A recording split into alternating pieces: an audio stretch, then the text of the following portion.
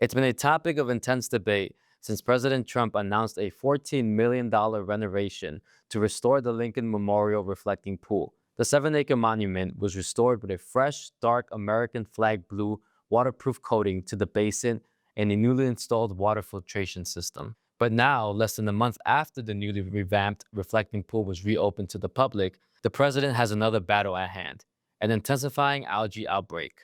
Chunks of the dark blue paint from the pool's newly sealed bed also begun peeling and floating to the surface. Trump has attributed the damage to vandalism, though scientists have questioned the quick resurfacing job. Welcome back to the US Sun's YouTube channel. I'm senior news reporter Israel Salas Rodriguez. Make sure you hit like and subscribe to stay on top of more great interviews like this.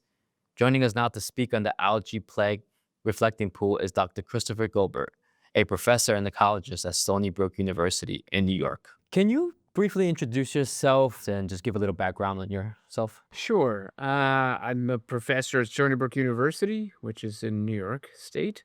I've been studying algal blooms and harmful algal blooms for more than 30 years. I run a research lab that focused mainly on looking at what we call harmful algal blooms, both New York, but really across the country and around the world. Yeah. And can you explain how the algae blooms like the body of water in the reflecting pool?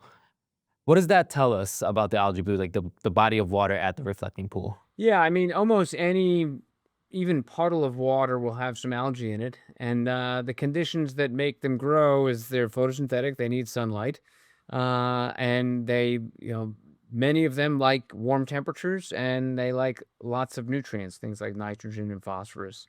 And they like it when water just sort of sticks around, right? If they're not being flushed away. So, the reflecting pool in many ways is probably the ideal condition for it. The water's not moving. It's very shallow, so it warms up and gets very hot. The blue color reflects out such that it's the right kind of light for, say, green algae. And there's obviously a very strong nutrient source there, whether it's the birds contributing nutrients or just the water that's flowing in. So obviously, all the conditions are perfect for an algal bloom there. And the dark color, as President Trump described it, the American flag blue, described by President Trump, did that somehow fuel this algae bloom? I wouldn't put it as like the top source, probably. I mean, the one thing, a darker color versus a lighter color, that lighter, a blue color, may give off a little bit better wavelength of light for green algae versus some other ones. Another group called blue-green algae, for example. But probably the main thing here are temperatures and and lots of nutrients. And again, the water just being stagnant, just sitting there. Yeah. And based on what you've seen from photos and videos, how severe is this bloom compared to others that you've studied? I mean, it's obviously very dense, very, very thick, and again, not surprising because because it's so shallow. There's lots and lots of light, and so yeah, it looks like it's pretty intense. And are there specific types of algae that tend to thrive in shallow waters? In fresh water, which is obviously this is not a marine water body, so in fresh water in summer, when it gets hot like it is now, say in DC, you'd tend to see either green algae or another group they call blue-green algae or cyanobacteria. So, it's the green algae that they found there, and it lines up with everything that's happening as far as those high temperatures. Lots of nutrients, and like I said, the blue color is probably in the mix as well. And how quickly can an algae bloom develop once conditions become favorable? Really fast. And the funny thing is that when it starts developing, you won't even know it's developing, and then all of a sudden, it'll just turn up. Many of these algae can double, several times in a day. So, they go through something called exponential growth. So the water can literally be clear one day, and then, maybe a tinge the next day, and then that pea soup a couple days thereafter. Yeah. And can you explain a little bit as to how important is water movement in preventing algae bloom? And what happens when the circulation is inadequate?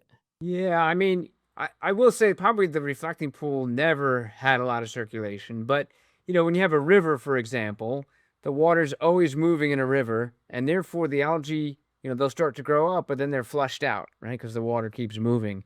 In this case, the water's just sitting there, and so it just has the opportunity. The algae are not being therefore removed, and so they just have a chance to proliferate. And yeah, I know there was some efforts to deter the algae, but it looks like at least the first couple of efforts, weren't super successful. And from your experience and from what you've seen in photos and videos, do you think this bloom points to a maintenance issue or a design flaw or an environmental condition? Yeah, I mean, it's clear that whatever water is being used to fill the reflecting pool must have high levels of nitrogen and phosphorus because that's what makes the algae grow. So it partly speaks to what the source water is, and if that source water had no nitrogen and phosphorus, the algae wouldn't get a chance to grow. Now that could be coming from the source water. So the other caveat there is that it could just be the birds, right? And the fact that the ducks are via the process of going from land and into the reflecting pool, maybe bringing that nitrogen and phosphorus with them as they eat on land and maybe defecate in the pool. And would changing the color of the pool's coating, would that minimize the growth of algae? There's probably some, the more light would lead to more algae, right? So if it was white, it would probably be even worse. The darker the color, the better. But there's still, because it's so shallow. They're getting plenty of light, and so the color, like I said, it's probably a like a tertiary factor, not a primary driver. And what are the most effective strategies for preventing an algae bloom at the reflecting pool? Yeah, I mean, if there was some way for the water to just be continually moving, that might be one way.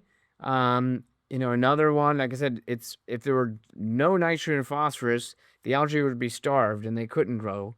And then there's other treatment approaches that could be used, but because it's so shallow, it's kind of tricky. I know they had tried something called nanobubbles, that didn't appear to work, at least in this case, ozone with nanobubbles.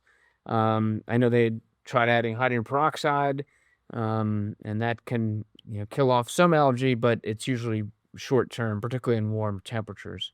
So, they're kind of a natural part of the ecosystem, and like I said, when you get shallow water, it becomes a tricky issue. Shallow, warm, lots of nutrients, and stagnant. So you add those things together, and that's how you get in there. So if you can't address the warm, I don't think, unless you're going to refrigerate the reflecting pool, and so you have to address the movement of the water or the nutrients. So those are sort of the options there. And you mentioned the nitrogen peroxide. We saw photos of workers pouring that into the pool with It's hydrogen hydrogen peroxide. I'm sorry. peroxide. You mentioned the hydrogen peroxide that workers were seen being pouring it into the pool. You mentioned that that was a temporary solution, and there's no other ways for that to become a better treatment for the algae. Yeah, I mean, the ironic thing is that that's often used to treat a specific group called blue-green algae.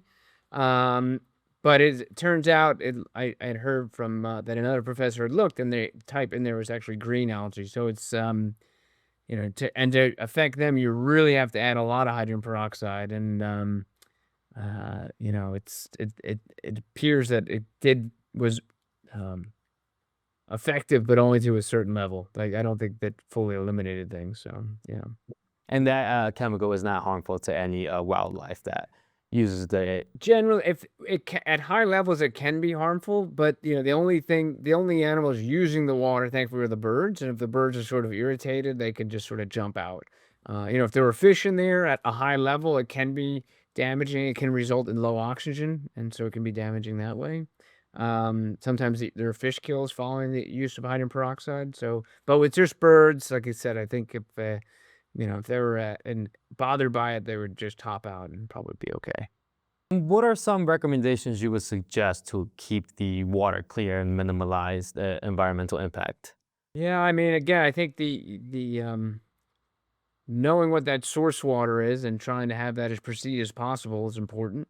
And I don't know the extent to which you could have that water moving, but if you actually go to the end of the reflecting pool, you're at the World War II Memorial, right? And there the water's moving and the water's clear. So, if you can get somehow a flow rate through the reflecting pool, it probably would prevent buildup of algae. But those are the two big things that I think would be affected. Yeah.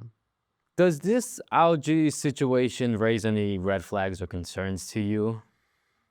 Well, I think at this point, because it's green algae, um, you know, there's a second type called blue green algae or cyanobacteria that that could show up eventually, that are a little bit more concerning because those actually make toxins, and the toxins can be aerosolized. They can, so that if it turned to that, then that would be more concerning, because there would be potential public health risk there. But with just the green algae, again, now I'm getting into the science of it all.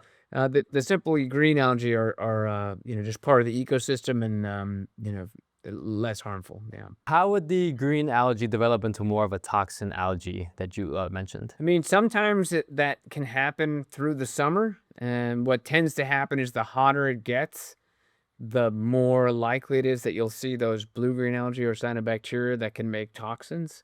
We're not in peak summer heat yet. We haven't hit the summer heat wave, so the possibility is still there that could end up happening. So I think certainly people want to keep an eye on that. Was waterproofing the surface of the pool, did that, I guess, sort of intensify the algae outbreak? Yeah, so if in the original version it had been leaking out, and then they had to replace the water, well, that would be sort of a natural circulation that might prevent the algae from accumulating. If in the new version it was sealed and it wasn't being removed, then the water would be more stagnant. And that would allow the algae to accumulate potentially even more. Finally, Dr. Colbert, was the algae outbreak preventable or inevitable, or should it have been anticipated? I've been down to DC before where, I've never seen the reflecting pool look like that, but there are adjacent little water bodies and pools that have been that green. So this is going to happen. Like I said, I think there are probably proactive measures that could be taken. But it's, that reflecting pool is particularly tricky. Again, just going back to the combination of the stagnant water, the high temperatures, and the high nutrients, algae love that. And so, absent correcting those or addressing, at least a couple of those, it's tough. And so not terribly surprising and tricky to prevent, I'll say. Well, Dr. Gilbert, thank you so much for joining us. I really appreciate your time. Yeah, my pleasure. Thanks for your interest. Amazing insight from Dr. Gobler, who raises concerns that the current algae bloom at the reflecting pool could potentially develop into a more harmful and toxic blue-green algae as we inch closer to the peak summertime. Once again, thank you for joining us. Don't forget to like and subscribe to our YouTube channel for more videos like this.